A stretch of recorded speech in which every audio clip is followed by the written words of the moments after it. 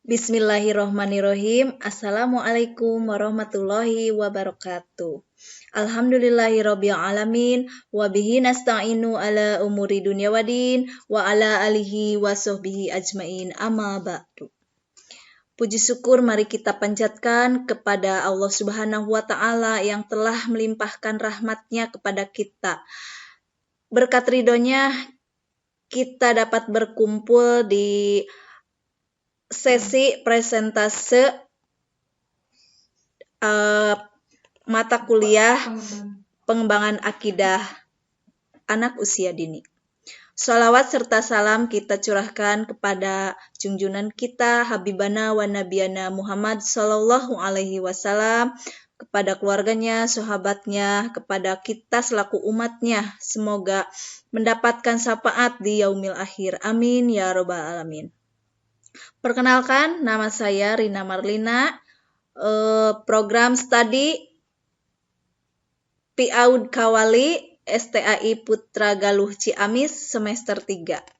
Di sini saya akan mempresentasikan mata kuliah pengembangan akidah anak usia dini, dosen pengampu Bapak Nukman Ihsanda MPD, sebagai tugas kuliah ujian tengah semester, yang berjudul Pengertian Akidah, Ruang Lingkup Akidah, Sumber Akidah Islam, Hubungan Akidah dengan Ilmu dan Amal, Klasifikasi Manusia.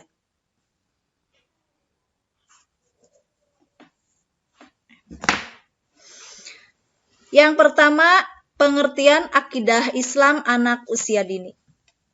Akidah kepercayaan yang membuat jiwa seseorang tenang, tentram kepadanya dan menjadi kepercayaan seseorang yang bersih dari keraguan. Akidah Islam menganjurkan supaya selalu menjaga hubungan dengan Allah dan hubungan dengan sesamanya maupun dengan makhluk lainnya.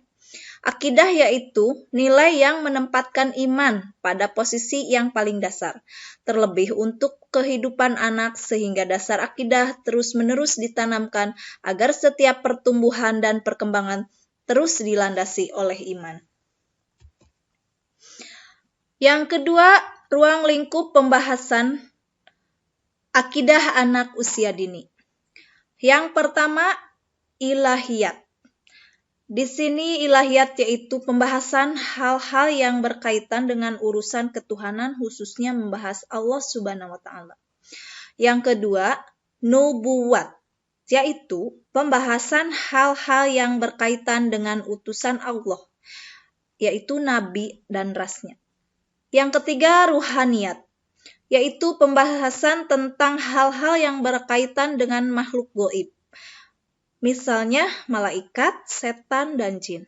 Yang keempat, sam'iyat, yaitu pembahasan tentang hal-hal yang berkaitan dengan dunia gaib. Contohnya surga, neraka, kuburan, dan lain-lain. 3. Sumber akidah Islam. Di sini yang pertama dalil nakli, yang kedua dalil akli.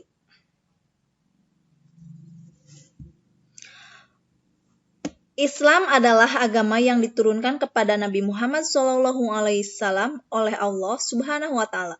Jadi, dasar yang menjadi pedoman hidup umat Islam adalah Al-Qur'an dan hadis, yang juga dijadikan landasan akidah akhlak setiap muslim. Kedua landasan tersebut digunakan untuk mencapai kebahagiaan baik di dunia maupun di akhirat.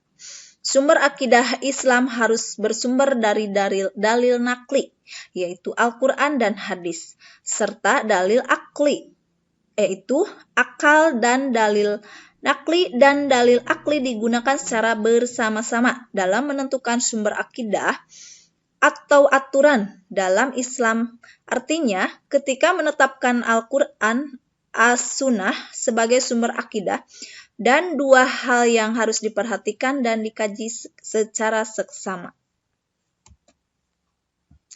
Hubungan akidah dengan ilmu dan amal. Akidah Islam sebagai dasar kurikulum bukan berarti setiap ilmu pengetahuan wajib bersumber dari akidah Islam. Karena akidah muncul dengan membawa dua unsur ini, yaitu keimanan dan hukum. Contoh hadis tentang ilmu. Di sini hadis menuntut ilmu itu wajib bagi setiap muslim. Hadis riwayat Ibnu Adi dan Baihaqi. Carilah ilmu sekalipun ke negeri Cina. Hadis riwayat Ibnu Adi dan Baihaqi. Barang siapa yang menempuh jalan untuk mencari ilmu, maka Allah memudahkan jalan baginya menuju surga. Hadis riwayat Muslim, Tirmizi, dan Abu Hurairah. Hubungan akidah dengan amal. Hubungan akidah dan amal adalah bagaikan hubungan pohon dan buah. Dari itulah, dalam banyak ayat Al-Quran, amal perbuatan selalu dikaitkan dengan keimanan. Surah 2 halaman 25 dan surah 16 halaman 97, surah 19 halaman 96. Amal perbuatan yang dilakukan tidak berdasarkan akidah yang benar, maka amal itu tidak diterima oleh Allah Subhanahu wa taala. Surah 24 ayat halaman 39. Akidah yang batil akan menyebabkan semua perbuatan yang pernah diperbuat menjadi hangus. Surah 6 halaman 88. Klasifikasi manusia yang terkait dengan akidah, mukmin, kafir, dan munafik dan musyrik. Orang-orang munafik setidaknya terbagi menjadi dua, yaitu 1. Orang yang perbuatan-perbuatannya disifati munafik, meskipun hal tersebut tidak membatalkan keimanannya. Ini bisa juga disebut orang-orang fasik, tapi dia tidak kafir. 2. Orang munafik, yang sesungguhnya dia kafir, tetapi menampakkan seolah-olah sebagai orang beriman dan menyembunyikan keimanannya. Allah Subhanahu wa taala menjelaskan tentang orang-orang ini di dalam Al-Quran surah Al-Baqarah ayat 9 hingga ayat 20. Dalam ayat tersebut, Allah Subhanahu wa taala menjelaskan, mereka berikrar keimanan dengan lidah mereka, tapi sesungguhnya hati mereka belum menerima keimanan. 3. Mukmin, yaitu orang yang beriman kepada Allah Ta'ala. Dalam istilah syara, mukmin adalah orang yang membenarkan dengan hati, mengakui dengan lisan, dan mengamalkan segala aturan-aturan baik dalam bentuk perintah maupun larangan yang datangnya dari Allah dan Rasul-Nya. 4. Musyrik adalah orang yang mengamalkan Allah Subhanahu wa taala dengan selain Allah dalam hal-hal yang berkaitan dengan kekhususan Allah.